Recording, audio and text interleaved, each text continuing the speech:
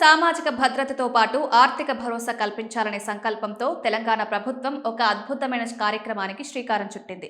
60 ఏళ్లు పైబడిన వృద్ధ మహిళలు సైతం ఇతరులపై ఆధారపడకుండా గౌరవప్రదంగా జీవించాలని భావిస్తూ వారికి ప్రత్యేక పొదుపు సంఘాలు ఏర్పాటు చేసి స్వయం ఉపాధి కల్పనకు తోడ్పాటు అందిస్తోంది. ఇంటి వద్ద ఖాళీగా ఉండే ఈ మహిళలు తమ చిన్న చిన్న ఖర్చుల కోసం ఎవరిని యాచించాల్సిన అవసరం లేకుండా సంఘాల ద్వారా చిన్న వ్యాపారాలు చేసుకునేలా ఈ వినూత్న ప్రణాళికను రూపొందించారు. ఈ పథకానికి జిల్లా గ్రామీణాభివృద్ధి శాఖ పర్యవేక్షణలో ఉమ్మడి వరంగల్ జిల్లాలో ఆగస్టులోనే శ్రీకారం చుట్టారు. ఇది వృద్ధాప్య మహిళల సమూహ శక్తిని ప్రోత్సహిస్తోంది. ఒక్కో సంఘంలో 5 నుంచి 10 మంది సభ్యులుంటారు. మొదటి విడతగా ప్రతి సంఘానికి 15,000 చొప్పున బ్యాంక్ లింకేజ్ రుణాలు అందిస్తారు.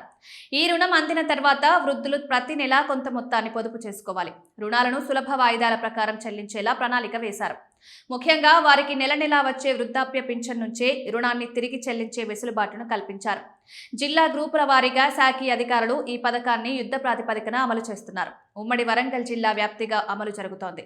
గ్రామాల్లో వృద్ధురాలను గుర్తిస్తున్నారు. ఇప్పటి వరకు ఈ పథకంలో భాగంగా వారు జిల్లాలో మొత్తం 758 ప్రత్యక్ష సపోర్ట్ కార్యక్రమాలు నిర్వహించారు. టీంల ద్వారా 6,997 మంది వృద్ధ మహిళలు నమోదు చేసుకున్నారు. ఈ పథకాన్ని మండలాల వారీగా వ్యవసాయాన్ని కూడా పరిగణలోకి తీసుకుని అధికారులు ప్రత్యేక శ్రద్ధ చూపిస్తున్నారు. ఈ కార్యకలాపాన్ని అధికారులు ఆగకుండా కొనసాగించాలని తెలిపారు.